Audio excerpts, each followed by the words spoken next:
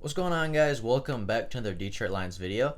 Now, the big question this offseason, or at least one of the big questions this offseason for the Detroit Lions organization, is whether or not the Detroit Lions are going to be able to run the ball in 2020. Now, a lot of people, when thinking about how to answer this question, they look at all the additions on the offensive line. We drafted DeAndre Swift, who's supposed to be very good, and I feel like a lot of people are kind of disrespecting Kerryon Johnson a little bit, and if you are disrespecting or you're kind of forgetting about Kerryon Johnson, I don't necessarily blame you because last year he had quite a down season. However, in his rookie season, this guy was being talked about as one of the best rookie running backs to come out of the class, one of the better running backs in the NFL, and then he got hurt, and then last year he kind of had a down year in his sophomore season, and now everybody's kind of ready to move on from Kerryon Johnson, ready to move on to the new flashy guy in DeAndre Swift, new running back, second round, all this hype around him coming out of the SEC. Is a very talented running back, doesn't have the injury problems of Kerryon Johnson.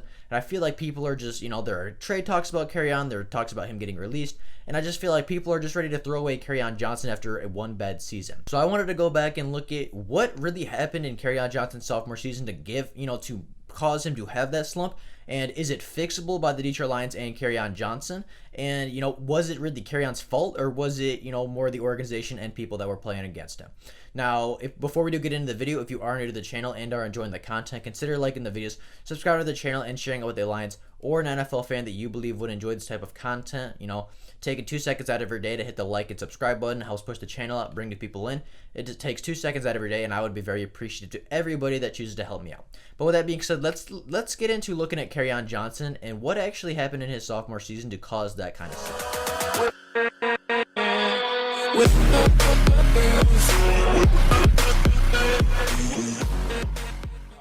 Before we get into his sophomore season, we have to look at his rookie season.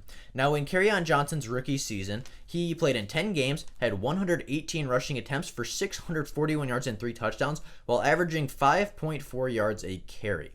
Now, early in his career, right, the first 6 games of the NFL season, or the first 6 games of Kerryon Johnson's career, he was outpacing every other running back in the draft class, including Saquon Barkley. In his first 6 games, Kerryon Johnson had 69 rushing attempts for 444 yards, averaging 6.4 yards a carry, while Saquon Barkley had 84 rushing attempts for 438 yards, while averaging 5.2 yards a carry. So Kerryon Johnson was outperforming a guy like Saquon Barkley, and we know how good Saquon is in the NFL now, and Kerryon Johnson was outproducing him by a large margin. Now, looking at what he did in the receiving game, Kerryon Johnson in his rookie season was targeted 39 times, caught 32 receptions for 213 yards and a touchdown. Now moving into, he had this phenomenal rookie season. He was doing so good, and then he got injured, and it was kind of, not a big injury. He said that he had the ability to come back if they were playoff contenders, but the Lions were kind of out of the playoff race, and he didn't want to risk re-injuring something and making it worse than it already was. He thought, I'll just let it heal up. We'll come back next season stronger than ever, and we'll, try to get back on track right where he left off. And, in that ensuing offseason, there was all this hype. There was all this, Kerryon Johnson's going to be a breakout player. He's going to be the first 1,000-yard rusher for the Lions since, Barry Sanders. He's going to do all these great things for the Lions. And that didn't happen. 2019 began, and Kerryon Johnson got off to quite a slow start. Now, in his 2019 season, Kerryon Johnson only played in 8 games, so less than his rookie season. He had 113 attempts, though, so only 5 less than his rookie season. But in those 113 attempts, he only had 403 yards, still had 3 touchdowns, but averaged 3.6 yards a carry. Now, in his receiving game, he was only targeted 15 times. He only caught 10 footballs for 127 yards and another touchdown. Now, obviously, that is a huge step back from what he did as a rookie, but what caused that? Now, I think that is it's a very commonly known thing among Detroit Lions fans that Kerryon Johnson faced the most 8+ man boxes in the NFL. And what that means is that NFL teams stacked the box more against Kerryon Johnson than they did against any running back in the NFL. More than Ezekiel Elliott, more than Saquon Barkley, more than Todd Gurley, more than any of these elite running backs, more than Derrick Henry. He got the box stacked more than any of those guys. And, the worst game of it all was when week 3, when we played the Philadelphia Eagles, Kerryon Johnson faced 18 stacked boxes out of his 20 carries.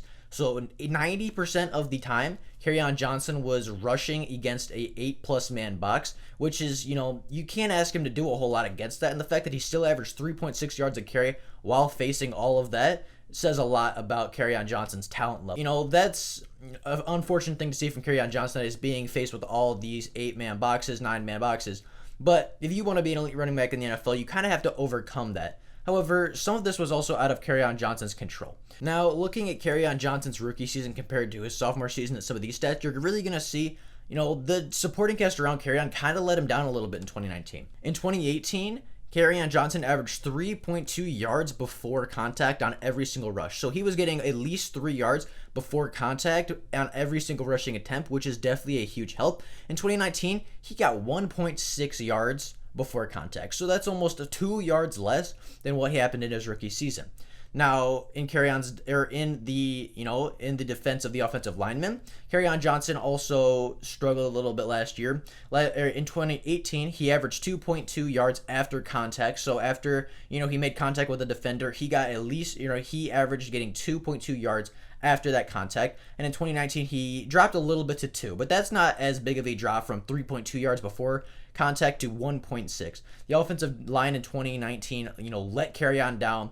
They really weren't giving him the same holes to run through. They weren't giving him the same chances, the same opportunities to make big plays happen, to get huge runs, to get huge chunk plays than he did in 2018. Now, you might be saying, okay, that sucks, but how much is that, 1.6 yards less really affecting Kerryon Johnson's stat line? How is that really affecting it? Because 1.6 yards is not a whole lot.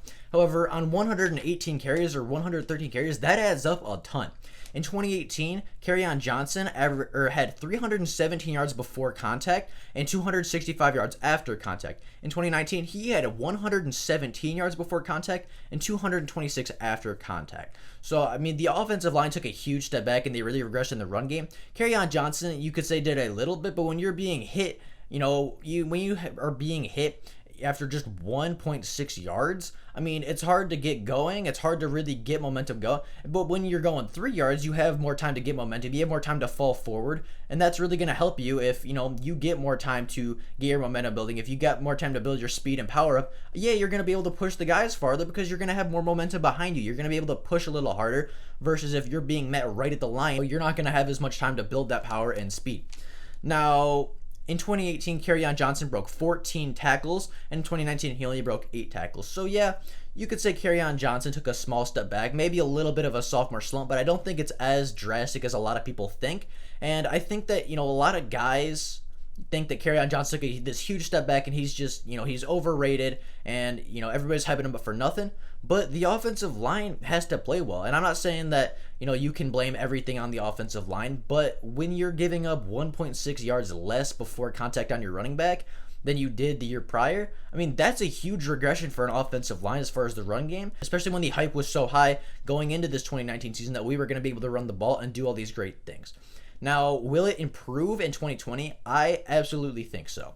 Now, I think the biggest contributor to Kerryon Johnson's run game, and I think Kerryon Johnson's favorite pick in this draft, was Logan Stenberg. This guy is a nasty run defender, and if he even plays sometime at that guard's position, if he plays on the run plays, he's going to open up holes like no one's ever done for Kerryon before. This guy is going to get 4, 5, maybe even 6 yards down the field, and he's going to give Kerryon all this space to move, all these holes to go through, and Kerryon Johnson will have a huge increase. He will have a huge boost in his production next year when he's running behind Logan Stenberg, because this guy is nasty. This guy's going to run. He's going to push linemen down the field. If he gets into the second level, you better watch out, because you know dang well that there is no linebacker in the NFL, there is no safety in the NFL that is going to stop Logan Stenberg when he gets rolling. But on top of that, Jonah Jackson is still a very solid run blocking guard, and Big V was a much better run blocking tackle than a pass blocking tackle, and he graded higher in run and pass blocking than Rick Wagner did last year. So he's gonna be a better run blocking tackle than Rick Wagner.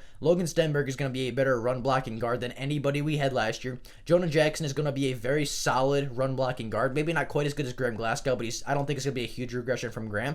And this running game should be much better next year because of all the run blocking guys that we brought in. I would not be surprised next year if Kerryon Johnson gets back to his 5 yards of carry, 3.2, even 4 yards before contact, because this line, like if Logan Stenberg and Frank Ragnow are double teaming a guy, Kerryon Johnson's going to get 4 yards before contact, because that is so much power, and nobody in the NFL, not even Aaron Donald or any of the huge run blocking or run stopping defensive tackles, defensive linemen, are going to be able to stop a double team of Logan Stenberg and Frank Ragnow. If they do double team a guy, Kerryon Johnson is not going to be touched before, he's not going to be touched before he gets 4 yards without contact. And then at that point, Kerryon Johnson's still going to fall forward for another 2.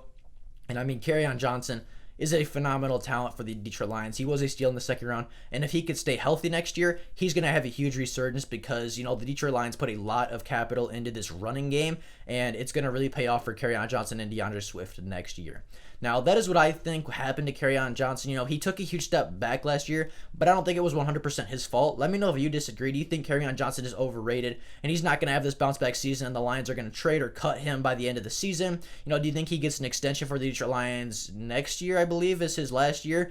Do you think he gets an extension? Do you think he stays a Lion long term? Or do you think we release him because of the DeAndre Swift draft pick? Let me know what you guys think about this topic in the comments below. I thought it was a very interesting one, just to see, all this hype was around Kerryon Johnson at the beginning of the season, and by like week 3, it was all gone, and everybody was like, oh, he's overrated, he's just a Lions running back, he's not going to do anything. Let me know how you guys feel about this topic, but with that being said, that is all I have for you guys today. If there is more Lions news today, I will obviously make a video letting every single person know, but until then, that is all I have for you guys today. Hope have an absolutely fantastic day. As I said, if you are new to the channel, consider liking the videos and subscribing to the channel. It would mean the world to me. It takes 2 seconds out of your day to make mine, so if you could consider doing that on your way, I would be very appreciative. But with that being said, that is all I have for you guys today. Thank you for watching this video, and I will see you guys tomorrow. Bye, guys.